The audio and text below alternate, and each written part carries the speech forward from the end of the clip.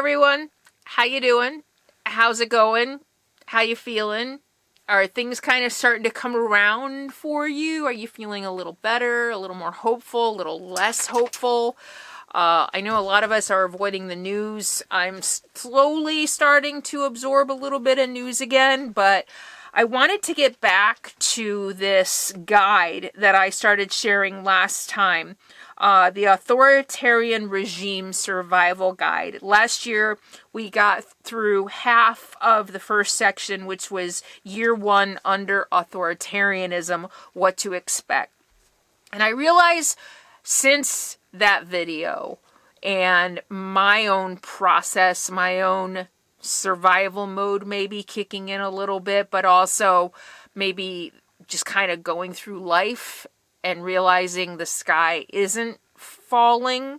It feels very scary. It feels very uncertain, especially for marginalized groups.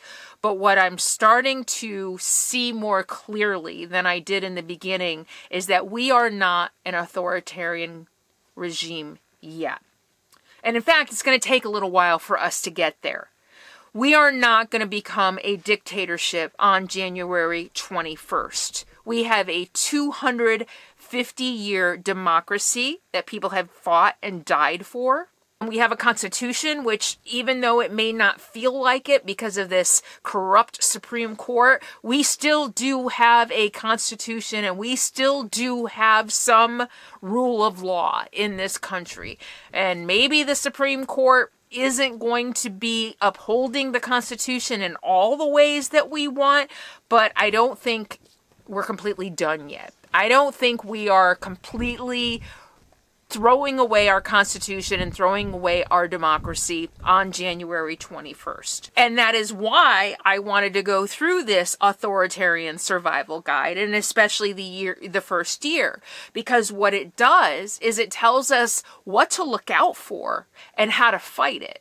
So we are not there yet. We still have the power to stop it.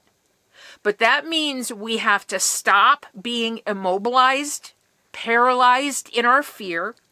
We need to make a commitment to get involved. And I'm going to talk more about that as we go, because I have some very practical ideas for everyone about what we need to do to stop this. Things are going to happen. Things are going to be ugly. Things are going to get scary, but we are not done. We're not a lost cause quite yet. But it literally falls on our shoulders. Literally, every institution has failed us. Every institution has failed us. The Department of Justice, the Special Counsel, the President, the Vice President, Harris and Walz have failed us by just laying down and letting Trump declare victory, despite the fact that we know that rigging has been happening. And I mean, all the voter suppression that they have been doing, and the fact that voting machines were stolen and software was manipulated, all of the things, and Russia interference, all of the things we know for a fact was going on. And Harris and Walz are just laying down and letting Trump roll over them in the name of saying, well, we want to put a voice out that our elections are still free and fair. But what if they're not? At least do a recount, right? So anyway, our Supreme Court has failed us. Courts across the country have failed us. Our government has failed us. The Trump supporters realize this, and that's why they voted for him, because, in their delusions of him, they thought that he would be the one to save them. Our government has been failing the American people for a very, very long time. And I feel like in some ways, this is like the wake-up call that we needed. Trump is a symptom.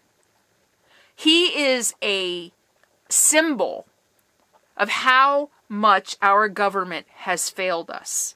For our government, our Constitution, our justice system, our courts, for all of those institutions that we have always felt would protect us, for them to let us down as grossly as they have and the media, let's not forget the media, and allowed somebody like Trump and all his billionaire cronies, convicts, billionaires, sex offenders, I mean, across the board, the most disgusting vial of humanity.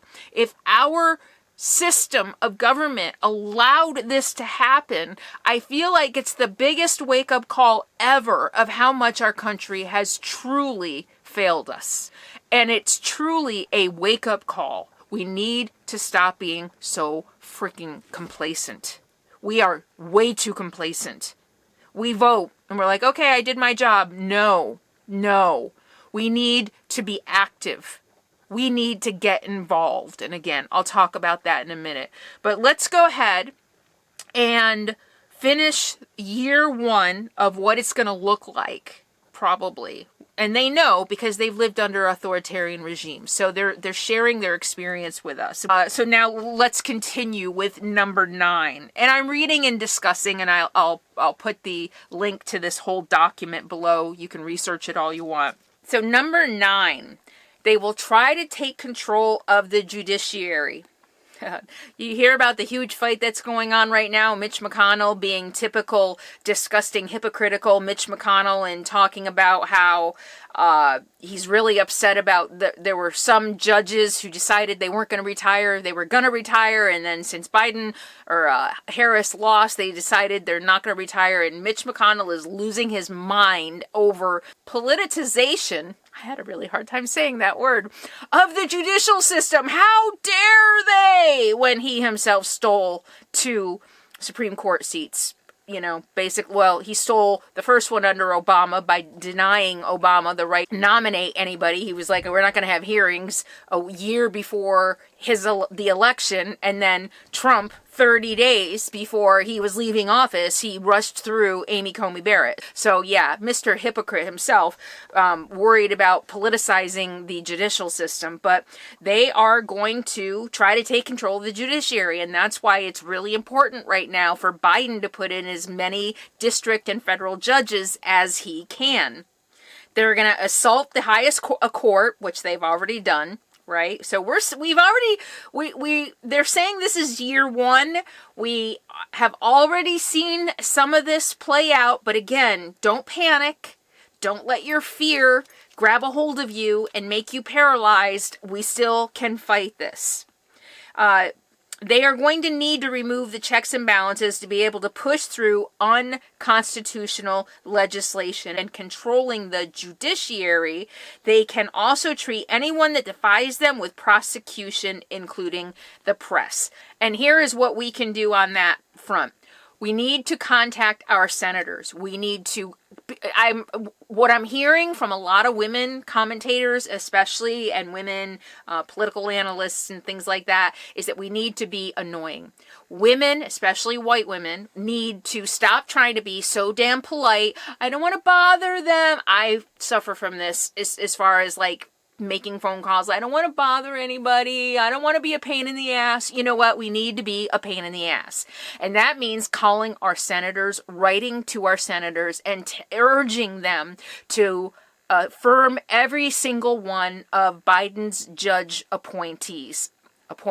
All right? We need to call them every single day. Call them every single day. If you're older and you can't get out of the house much, go buy a whole bunch of postcards. Go buy 1,000 postcards if you can afford it, and postcard stamps, and write every single day. Write to your senators, call your senators, bombard them. We need to be in their face. We need to let them know we are not going away. This is our fight. If we want our country, if we want our freedoms, it's up to us. And we need to be a pain in the ass about it. Don't just do it once and say, okay, I did my job. We are now fighting for our very right to be citizens of the country that promised us freedom, life, liberty, and the pursuit of happiness. And it is now up to us to freaking fight for it. So marching getting out, getting involved, all of those things. But if you can't do that, simply pick up the phone every single day. Make it part of your morning routine with your coffee. Okay, gotta call my senator today. Be a pain in the ass.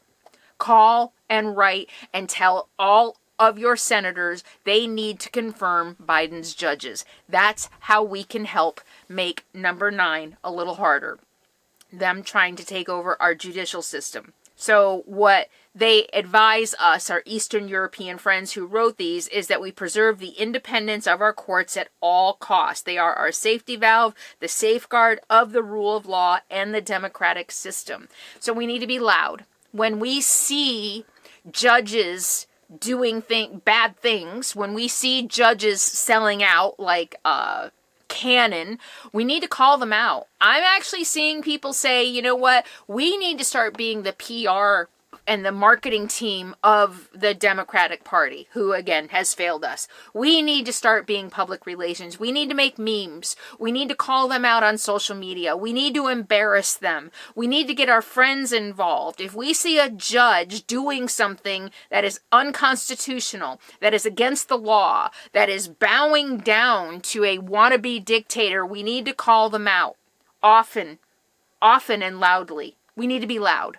Number 10, they're going to try to limit freedom of assembly, calling it a necessity for the security of the people. They will enact laws prioritizing state events or rallies or those of a certain type of ideology.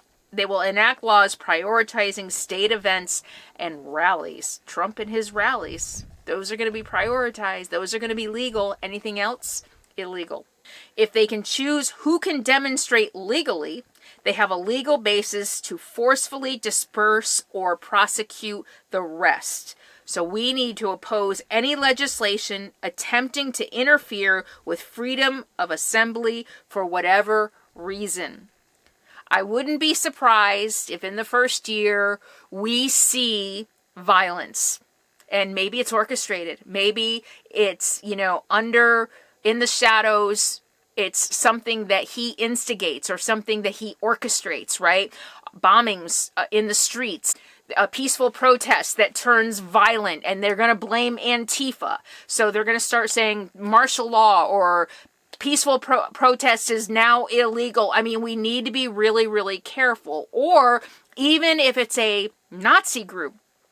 The Nazis are in the streets and they're causing problems, and therefore we don't want Nazis in the streets, and so we're going to make it illegal for Nazis to be in the streets. We need to say no. I know, this sucks, but we need to say no. Because they're using that, because we know they're on the side of those Nazis. They're going to use that to pass laws to restrict us. So we need to forcefully be supportive of the Constitution, even if it's ugly, even if we don't agree with it. The other thing, I was listening to a podcast this morning, the other thing that they are going to start doing, potentially, is opening fire on protesters. Think about the 1960s and the hoses, right? And they were highly publicized. They were all over the media. The fire hoses on the civil rights activists. I wouldn't be surprised if they start doing similar things again and opening fire. What they want to do, they want to make it unsafe for us to peacefully protest. They want it to be unsafe for us to be in the streets. So they want to scare us into staying home. And here is why they're going to go through all of these great lengths to keep us home and to keep us scared. Because they know how much power we have. They're afraid of us. They know how powerful we can be if we get out and fight for what is ours. And this country is ours. This freedom is ours. I don't care if you're gay, if you're black, if you're Latino, if you're Native American, if you're Hispanic, if you're a black woman, a white woman, a Native American woman, a trans woman. This country is ours, damn it. It is ours. And they know if we get off our butts and fight for it, like they have been fighting against it, they know how powerful we are. They know that if we come together, they know that they won't succeed. So they're going to try everything in their power to silence us and to keep us home. But we need to find our courage. We need to make a decision right now. Who do we want to be when history writes this part of our history? When history books and historians write this? Do we want to be the people who allowed a Hitler to get into power by just staying home and being meek and being quiet? Or do we want to be one of the warriors who are willing to sacrifice, make the ultimate sacrifice? Soldiers just don't wear uniforms. They aren't the ones who are recruited in the army. In times like this, we all can choose to become soldiers. Which do you want to be? Do you want to be a soldier? Or do you want to be the person who stayed at home and let it happen? I already know which side I'm falling on. Which side are you? Number 11. And this, I think about 1984, the book 1984, which actually, I may have read it in high school, but I didn't remember it. I read it after Trump won in 2016, and it blew my mind.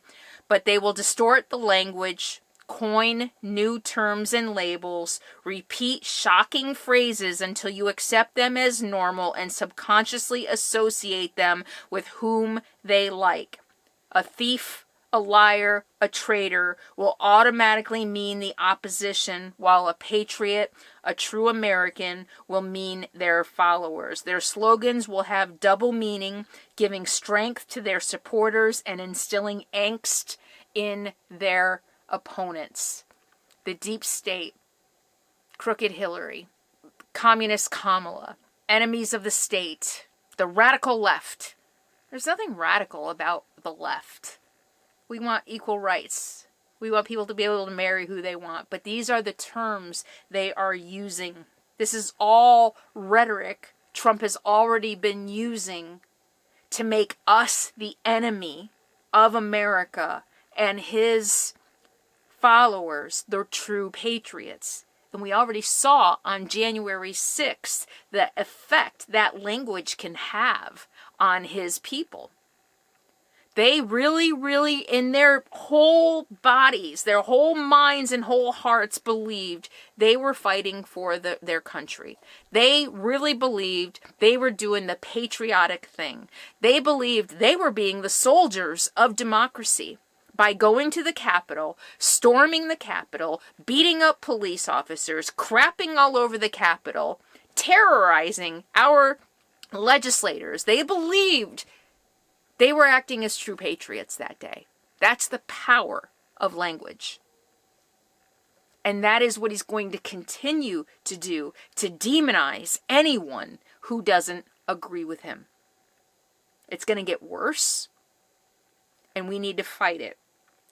And they say we need to fight changes in language in the public sphere, remind and preserve the true meaning of words. So we need to go out there and say, what's a patriot? A patriot is someone who stands up for the Constitution, who stands up for what America stands for. Life, liberty, and the pursuit of happiness for all, for everybody. We need to not let them take over words. And again, we need to be the PR, we need to be the marketers for America, not just for the Democratic Party. We need to be voices. And when we start to see, think about immigrants. You know, he was calling all the immigrants criminals. We need to continue to say, the fact is, no, they aren't criminals. Here's what a criminal is, and that's not what these are. So we need to constantly fact check. And I know it's exhausting. We're so exhausted and they don't hear. But if we stop using our voices to speak truth, truth is going to be lost for a very, very, very, very long time. Right now, it feels like nobody is hearing it. We feel like they're just doubling down on their lies and their conspiracy theories and their misinformation. But at least the truth is still out there. You know what I'm saying? We may not feel like they hear it, but at least it's still there. If we stop our efforts because we're exhausted and tired and feeling like nobody is listening, then the truth disappears from the public stage, and we need to not let it. Number 12, they will take over our national symbols, associate them with their regime, remake them into attributes of their power. Have you seen the ridiculous altered AI images of Trump going around as a soldier with the American flag? There was even one going around with him and the Canadian flag. I don't know. They want us to forget that our flag, our anthem, and our symbols belong to us, the people, and everyone equally. Don't let them be hijacked. Use and expose them in your fight as much as they do. We saw a little bit of this during the election. On my other channel, I created flag t-shirts with Be Happy, Be Free, Be Kind years ago, and people wouldn't buy them because they were afraid and I heard this from viewers, because they were afraid if they wore the flag, people would think they were Trump supporters. We need to stop thinking like that. That flag belongs to us as much as it belongs to them, and I would argue even more, since we are the true patriots who are fighting for the freedoms that this country promises everyone. So we need to take back the flag. We need to take back the American anthem or whatever. It doesn't belong to them. It belongs to us. Hang that flag next to your rainbow flag. Hang that flag next to your I voted for Harris flag, whatever. And I know a lot of this stuff is going to start to seem and feel really scary. And of course, you can't put your family at risk. Take measured risks. Do what you can that makes you feel safe. But again, do you want to be a warrior? Or do you want to be the person who played it safe? And either, you know what, if you need to play it safe, that's fine. I get it. We don't want people getting hurt in their homes. But just make sure you're doing something. Calling, sending postcards. Get that stack of postcards. So they suggest show our national symbols with pride. Wear that freaking flag hat. Wear that freaking flag t-shirt. Hang that flag. Put your flag on your car like they put their Trump flags on their car. And, you know, maybe we need our own version of the flag. I stand for democracy. Patriotism equals democracy. You know, I mean, maybe that's what it's going to take. But we need to not let them take our symbols away from us. They belong to all of us. Every single one of us. Number 13.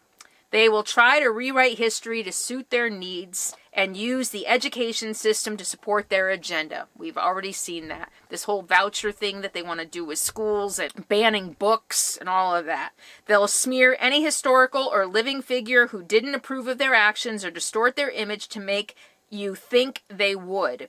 They will place emphasis on historic education in schools, feeding young minds with only the correct version of history and philosophy. They will raise a new generation of voters on their ideology, backing it with a distorted interpretation of history and a view of the world. So we need to guard the education of our children. Teach them critical thinking, ensure their open-mindedness, and protect your real history and heritage. And I said this last time, go buy the banned books. Buy your grandkids, your kids, your nieces, your nephews, banned books. I mean, they're not just banning books about LGBTQ youth. They're banning books from Black female authors about their experiences, about enslaved people, about civil rights. I mean, they're even banning Stephen King. So we need to stock up on the banned books. We need to make sure our children are reading those banned books. And most importantly of all is to raise our kids to think critically. I see it every day. People do not know how to think critically. I mean, it's like, it's astonishing how little critical thinking skills are used in our country. I mean, my head explodes every time I see a comment that's like, put on your critical thinking cap. So we can't leave it up to our schools anymore to do that. We need to take, I mean, I'm not a parent, never was a parent, but if we can, and I'm thinking about Carol, I know you're raising, you're helping to raise a couple grandchildren, and I know you're homeschooling, and I think about, there's probably a lot of people like you, and how we can teach them real history, and I know you are, and how we can teach them critical thinking skills, and I know you are, and this is just going to be more important than ever, as well as running for school board. Making sure you go to your school board meetings, making sure you're a voice about what is being taught in your schools, about turning in teachers if they're teaching religion or if they're teaching alternate facts in school, about getting involved in the PTA, having conversations with teachers and principals and school boards, and making sure they don't get that slippery slope of I'm worried about funding, so we're not going to teach slavery anymore. We need to make sure we go to school. Again, community is what it comes down to, and getting involved. So make sure your school district, you're paying taxes, whether you have children in that school district or not, so go have a voice. Number 14, they will alienate foreign allies and partners. The G7. Pulling out of NATO. They're going to be convincing us that we don't need them. They won't care for the rest of the world with their focus on making our country great again. Make America great again. While ruining our economy to fulfill their populist promises, they will omit the fact that you are part of a bigger world whose development depends on cooperation, on sharing, and trade. Don't let them build walls promising your security instead of bridges to give you prosperity. When prices go up because of his tariffs, we need to be loud about it. Really loud. All over social media. I think what we need to do is when we go to the store and say, I paid $5 for eggs today. Last year, they were only $2 or whatever it was. I paid $8 for gas today. Last year, it was only $5. And there's a lot of memes going around about what current prices are. Maybe save a receipt. Next time you go to the grocery store, if you still have one, save a receipt. Put it someplace safe. And a year from now, compare that receipt. Maybe go buy all the exact same stuff on that receipt and compare it, and put it all over social media. Tell your neighbors, tell your friends, tell people standing in line at the grocery store. Remember, we need to be annoying. We need to be as annoying as they are. I keep thinking about all the billboards. I travel all across the country, and these stupid anti-choice billboards spewing lies. How they're annoying. But it worked. It worked. They overturned Roe v. Wade. We need to be that annoying. We need to buy billboards. Why don't we have billboards? I mean, for every 100 anti-choice billboards I've seen spewing lies, I've maybe seen one pro-choice billboard, not spewing lies. Why aren't we that annoying? Why aren't we investing in billboards? In literally propaganda. It's literally propaganda.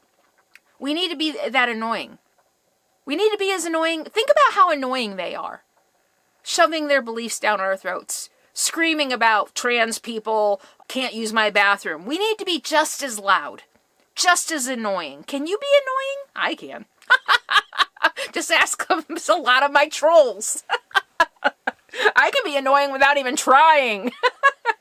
I saw a story this morning that Europe is quietly preparing for World War III. When chaos breaks out in the world during his presidency, which it will, remind people. Part of the reason I saw that people were voting for him is there were no wars under Trump. There were no wars under Trump. As if Gaza was Biden's fault. As if Russia invading Ukraine was Biden's fault. So whenever something bad happens internationally, we need to be annoying about it. Annoying! Create memes. Tell everybody. Well, wait a minute. I thought Trump was going to make the world safer. No. What happened here? And when he takes us out of NATO, boy, it's going to destabilize not only the world, it's going to destabilize us. And the fact is, we are a global economy now. That's just a fact of life. And to go back and be protectionist and say, oh, we're going to isolate from the rest of the world is obtuse and it's ignorant. And it's going to hurt our economy. So when our economy starts failing, which it will, we need to be loud and annoying about it. As loud and annoying as they are. Finally, number 15, they'll eventually manipulate the electoral system, if they haven't already. They might say it's to correct flaws, to make it more fair. We already saw this. They already did this in 2016, 2020. to make it more fair, more similar to the rest of the world, or just to make it better, but don't believe it. They wouldn't be messing with the electoral system if it wasn't going to benefit them in some way. More gerrymandering, more voter suppression laws. And unfortunately, we've seen millions of people already believing their lies. There was no voter fraud in 2016 or 2020. Literally, fewer than 100 cases, and most of them were Republicans. And yet, we saw new voter suppression laws going on the books in countless counties across the country and states because people bought into it. Why did people buy into it? Because they were loud and annoying about it. So we need to be loud and annoying about it. If they want to start gerrymandering your district, you need to be loud about it. You need to get active. You need to go to meetings. You need to write to your representatives. You need to call your representatives. Remember, we need to stop being so complacent. You need to be a soldier. And if that means picking up the phone every morning and calling somebody, then that's what needs to happen. They're going to further try to deteriorate our elections, because I don't think in 2 years, especially for the midterms, they're not going to be ready to completely say, okay, we're not going to have elections anymore. And even Russia still has the guise of free and fair elections, 10 years into Putin's regime. So we're still going to have elections, but how fair they're going to be is going to depend a large part on us and how much effort we're going to be able to put into stopping them from further fraud and gerrymandering. Get annoying fast. So they advise oppose any changes to electoral law that an authoritarian wants to enact. It's only going to help them stay in power. And finally, they say, above all, be strong, fight, endure, and remember that we are on the good side of history. We are on the right side of history. I know the other side thinks they are, but they're not. They're literally on the side of taking people's rights away. They are literally on the side of allowing an authoritarian to round up people. And again, we know how that turns out. Anybody who has studied history knows how that turns out. But that's the side they're on. We're on the side of being well aware of what the repercussions of a Trump presidency is going to be. So remember, we need to be as righteous in our rightness as they are in their wrongness. You know what I mean? They're so righteous with their religious beliefs. Baby killers, and you're killing the babies, and all the immigrants are coming and bringing all the crime. And we need to be as righteous about the right as they are about their ridiculous wrongs. Their final message on this section, and there's going to be more, I have more, and this is how to survive the first year, or what to expect the first year. Remember, we're not there yet. It's up to us. We can stop this slide into total authoritarianism. We, the people, have the power. And they say every in all capital letters, every authoritarian, totalitarian, and fascist regime in history eventually failed thanks to the people. We need to not lay down and let them take over. Think about this for a second. This is one of the things that I keep finding most mind-boggling. I grew up in an era, grew up mostly in the 70s, where phrases like eat the rich were really popular, because we understood in the 70s, 80s, even in the 80s, that the rich were greedy, they were ruthless, and that they were power hungry, and they would do anything they wanted to in order to get more money, in order to feed their greed. And somehow Trump has convinced his followers that as a millionaire or billionaire, a fake one, he's a fake, we need to call him, oh, that's one of our catchphrases, the fake millionaire. But the fake millionaire has convinced his people that he, a millionaire, according to his people, and people like Elon Musk, who is literally the richest man in the world, and all the other millionaires and billionaires who are going to be in his regime, he has literally convinced them that the rich people are the ones who are going to save them from this deep state. They are literally the deep state. He has convinced everybody that there is some evil deep state, and then he has gotten power in order to really legitimize that deep state. Because the deep state, if you think about it, what is the deep state? It's the people behind the scenes pulling the strings, buying the politicians, making their agendas become public policy, become law. That's what the deep state really is, right? And what did he do? He said, oh, you need that deep state. And in the meantime, he's been legitimizing the deep state. So when we think about where we are, Trump is a puppet. Trump is a figurehead.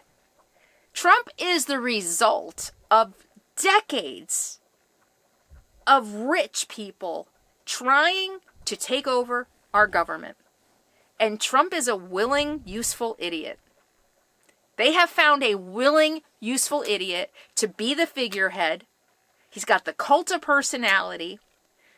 And they're using him to take over our country. We are literally seeing rich people gathering to use us, steal our labor, make us barely be able to survive, but just enough to be able to buy their cheap shit. You know, we're addicted to stuff, right? And they're basically going to use America as a piggy bank, and they're going to use us as the tools to make more money, to feed their greed. All the while exploiting us, killing the planet. And they're going to go off and continue to build their compounds. Mark Zuckerberg, I don't know if you've heard, bought thousands of acres, hundreds of acres in Hawaii, and he's building a compound to survive the apocalypse, basically. Elon Musk is going to Mars. So they're basically killing us while creating their escape plan. They're going to exploit us to the point of extinction. And half the country's like, they're the ones who are going to save us. We don't need to eat the rich. We just need to feed the rich. It's insane. All right, so let me know, is this helpful? Are you feeling any more hopeful? Are you feeling pumped up? Are you feeling charged up? Do you feel like we can win this fight? We can. It's going to get ugly. I'm not going to lie. And I don't want to sugarcoat this. I don't want to pretend everything is just going to be hunky-dory and we're going to not feel the effects of this. We are. But I am feeling like if we fight, we can get through this. Fascism, authoritarianism, they don't last. They never do. Will I see the end of it in my lifetime? I don't know. Will you? I don't know. But we can be the women in history, the men, women in history who fought for it versus those who fought for the other side. And I would rather die a warrior fighting for life, liberty, and the pursuit of happiness for all than the ones who fought for it for themselves. So that's how I see it. Leave me your thoughts below, and I'll see you soon.